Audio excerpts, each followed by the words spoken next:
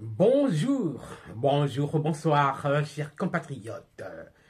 Ici, TV du peuple RD Congo. Mbote na bino baso, bandeko na biso babolingo, bawazalendo, nantango yo ya bitumba. Moyo en bonsu, balare bateleji, ba mwakulu wa chiluba, mwakulu wa bankambo wa banjelini bansantu. Na wasalimi ya nyinyi wote wasemaji wa lugha Kiswahili. Jambo yenu. Bampangi na betu, bampangi ya Vincent, bampangi bane Congo, Grand Bandundu, mbote la benu. Sankuru, Loja, Lusamo, Moyanyu. Voilà, chers compatriotes, c'est toujours un flash, oui, parce que ça ne dure pas.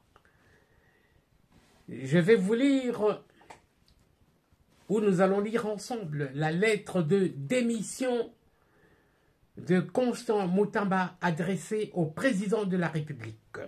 Je vous préviens, chers compatriotes, c'est une lettre très émotionnelle, une lettre pathétique, une lettre pathétique. Je ne sais pas si le président de la République, en recevant cette lettre de démission, en a eu le cœur net. Il a vraiment énuméré une par une les actions qu'il a réalisées, les réformes qu'il a réalisées, chers compatriotes. Vous imaginez? Je donne un conseil à ces juges-là, qui sont, à ces procureurs-là, ces juges ou tout ça, ces magistrats-là, qui sont soupçonnés d'être de connivence avec le Rwanda, qui sont soupçonnés d'être de connivence avec la FC M23, qui sont soupçonnés d'être de connivence avec Joseph Kabila, Hippolyte Kanambe.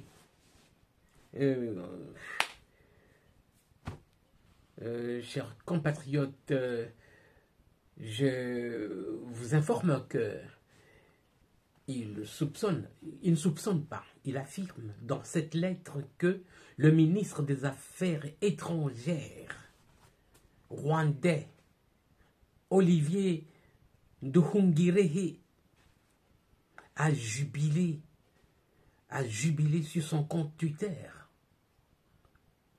Les Rwandais font la fête de voir Constant Moutamba partir. Qu'est-ce que ça veut dire? C'est un complot, c'est un complot. Je conseille vraiment les juges, s'ils jugent en âme et conscience, d'acquitter tout simplement Constant Moutamba et de le renvoyer à une faute administrative, ce qui est une procédure prévue aussi, que si c'est vraiment une faute de procédure, qu'il soit sanctionné administrativement. Voilà. Autrement, vous risquez, parce qu'il faut voir aussi le volet politique, vous risquez de rendre Constant Moutamba un héros, un martyr de l'état de droit, de la démocratie. Oui, ce qu'il a fait, c'est ce que le président de la République voulait. Vous risquez de rendre célèbre, de créer un héros qui fera ombrage à vous tous de la vieille école politique. Et oui, c'est un jeune. Il a tout le temps devant lui, hein. Et oui. Si vous créez cette jurisprudence en le condamnant, vous-même, vous n'êtes pas des saints. Parce que vous pensez que lui, tant qu'il est là, il peut vous poursuivre et vous avoir tous, parce que vous êtes tous des voleurs en cravate. Ah oui, il faut lui dire, c'est la vérité. Vous tous, la classe politique, vous tous qui êtes là, y compris même les prêtres, les dirigeants de l'église catholique, de l'église protestante ou l'église du Christ au Congo, des voleurs, des détourneurs.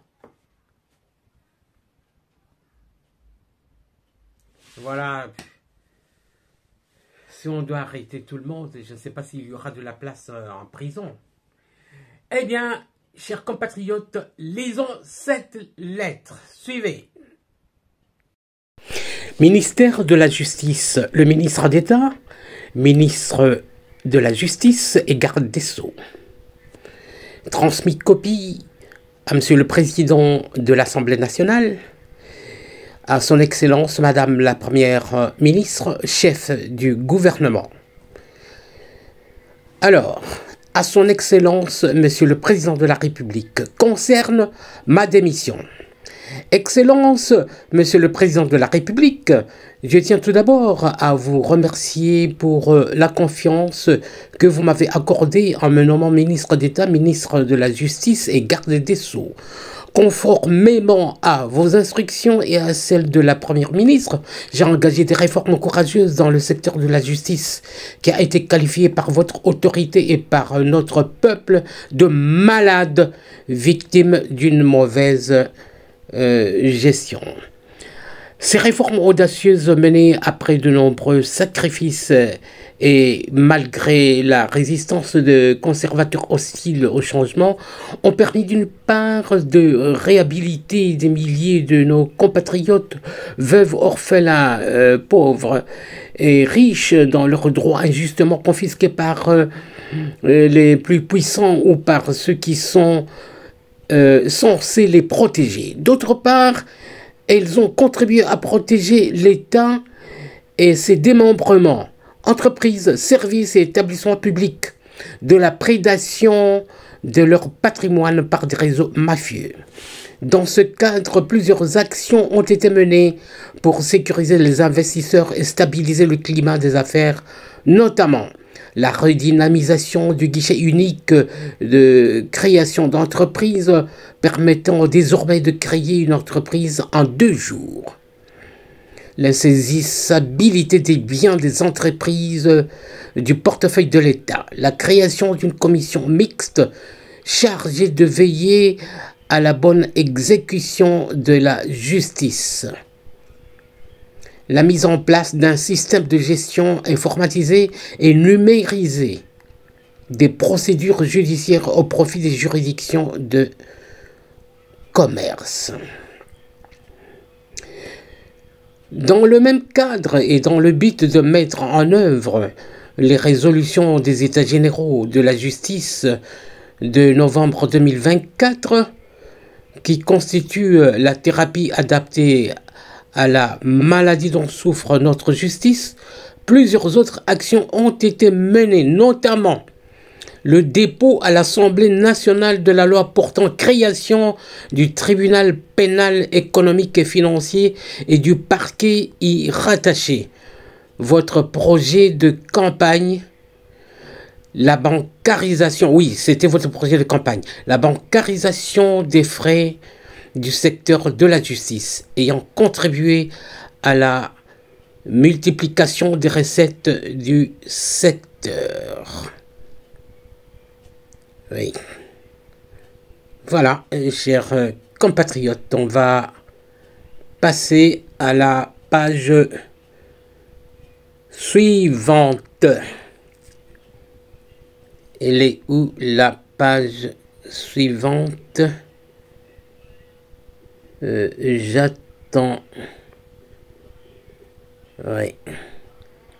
Ce n'est pas facile. Patientez. Je vais avoir la page suivante. Alors, j'ai la page suivante.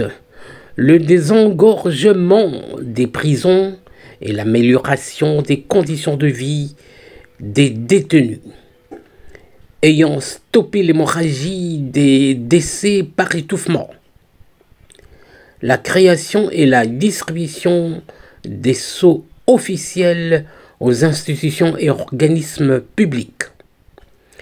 la réforme de l'inspection des services judiciaires et pénitentiaires, la relance de l'école de criminologie pour former les inspecteurs de la police judiciaire, l'identification progressive des pasteurs des églises par la remise des permis d'exercice des cultes, les consultations populaires et les journées portes ouvertes permettant aux justiciables de s'exprimer,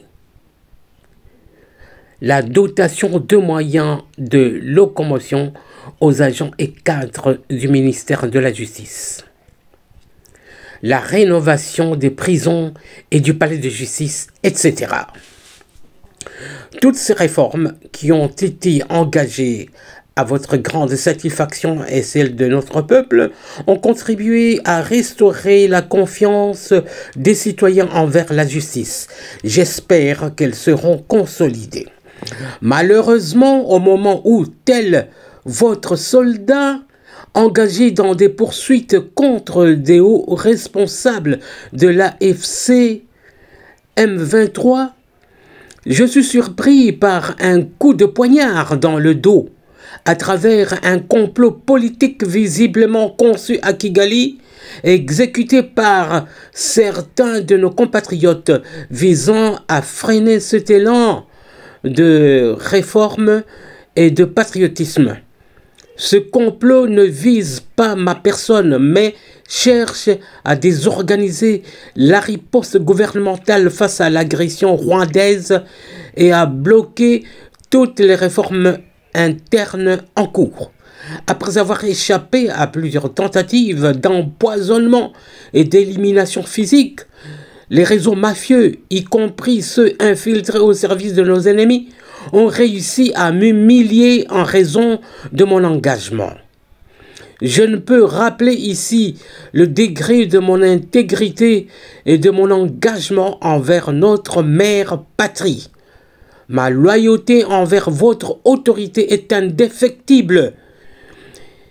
Et c'est ce dont je suis aujourd'hui victime. Je n'ai jamais compromis mes valeurs et je ne le ferai pas. Voilà, nous sommes à la page suivante.